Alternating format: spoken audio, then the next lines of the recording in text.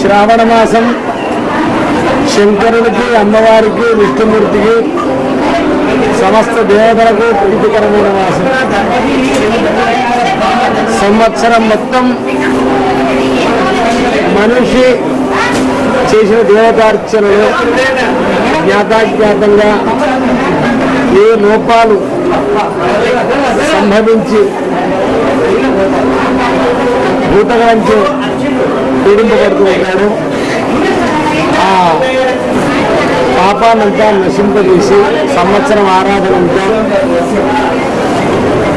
సంవత్సరం పాటు చేసిన ఆరాధన పరిపూర్ణత్వాన్ని కల్పిస్తుంది. ఇప్పుడే పవిత్రోత్సవం అని కూడా చేస్తారు. జగద్గురువు శ్రీకృష్ణుడు జన్మించిన మాసం ప్రధానంగా. అందుకనే శివకేశవులకు ఈ మాసం బాగా ఆరాధన జరుగుతుంది.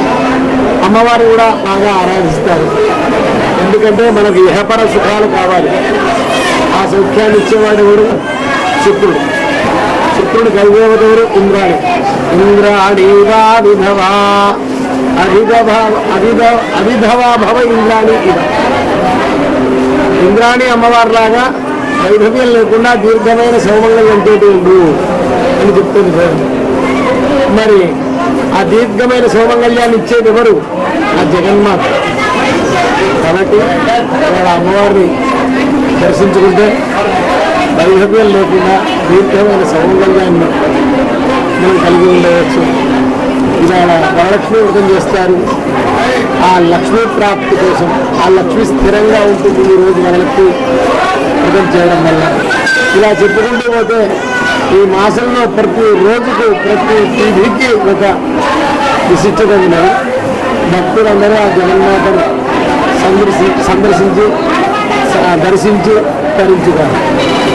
వరంగల్ మహానగరంలో కాకతీయుల ఇలవేల్పు అయిన శ్రీ భద్రకాళి అమ్మ కోరిన కోరికలు తీర్చే భద్రకాళి తల్లి కొలువై ఉన్నారు.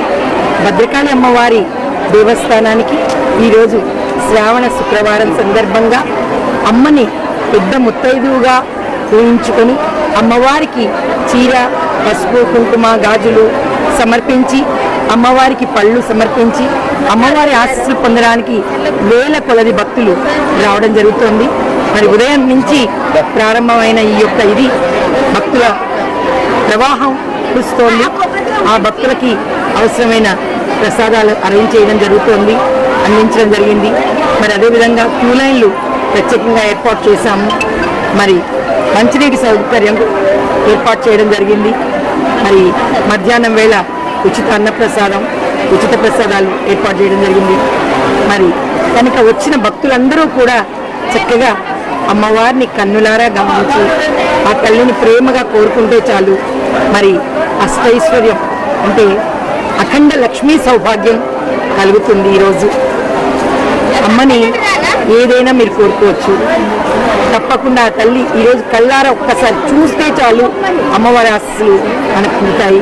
కనుక ప్రతి ఒక్కరిని కూడా భద్రకాళి శరణమమ్మ అని ప్రేమగా కోరుకుంటూ ఓపికతో, సంయమనంతో ఆ యొక్క క్యూ లైన్స్లో వెళ్ళి చక్కగా అమ్మవారి దర్శనం చేసుకోవాల్సిందిగా కోరుచున్నాం.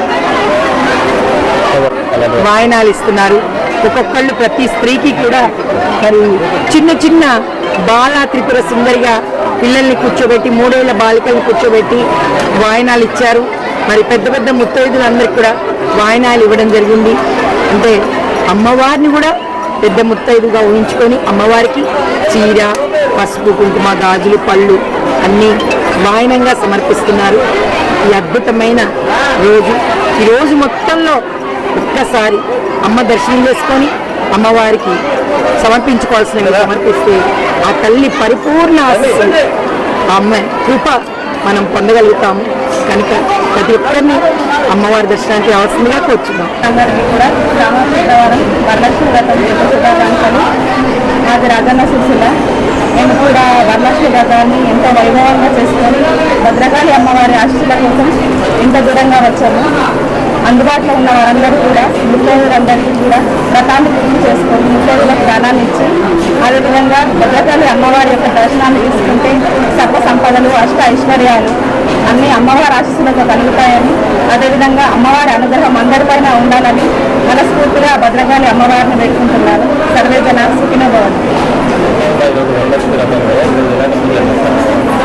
ఈరోజు వరలక్ష్మి వ్రతం కాబట్టి ఉదయాన్నే నిద్రలేచి చక్కగా కరెంటు స్నానం చేసి ఇంటిని గోమయంతో అడిగి చక్కగా ముగ్గులు పెట్టి అమ్మవారి యొక్క పీటను పెట్టి తోరాన్ని కట్టుకొని అమ్మవారి యొక్క వ్రతానికి ముందు గణపతి గౌరి పూజ పూర్తయిపోయిన తర్వాత అమ్మవారి యొక్క వ్రతాన్ని భక్తి శ్రద్ధలతో శ్రద్ధాభావంతో పూర్తి చేసి చుట్టుపక్కల ఉన్న ఆడవాళ్లను తోడబుట్టులందరినీ కూడా పిలుచుకొని వారికి వాయనాలు ఇచ్చి వారందరి యొక్క ఆశీస్సులు తీసుకొని దగ్గరలో అందుబాటులో ఉన్న అమ్మవారి టెంపుల్కి కానీ అందుబాటులో ఉన్న స్వామివారి యొక్క దర్శనం తీసుకొని ఒంటిపూట భోజనం చేసి అమ్మవారికి జాగరణం చేసిన వారికి తప్పకుండా ఫలితం లభిస్తుంది.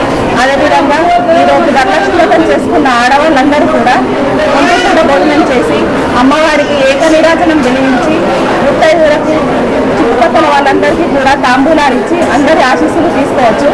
ఈ రెండవ శుక్రవారం శ్రావణ మాసంలో వచ్చే రెండవ శుక్రవారం మాత్రమే అమ్మవారి యొక్క వ్రతాన్ని చేసుకోవడానికి అనుగుణంగా ఉంటుందని చెప్పేసి ప్రతి ఒక్కరు కూడా శ్రావణ మాసంలో వచ్చే రెండవ శుక్రవారం రోజు ఈ వరలక్ష్మి యొక్క వ్రతాన్ని భక్తి శ్రద్ధలతో శ్రద్ధాభావంతో చేసుకుంటారు. అదేవిధంగా వ్రతాన్ని చేసుకున్న వారందరూ కూడా మరొకసారి కూడా అందరికీ కూడా వరలక్ష్మి వ్రతం యొక్క శుభాకాంక్షలు. పార్థ సాధకే శరణ్యే త్రయంబకే దేవి నారాయణి నమోస్తుతే.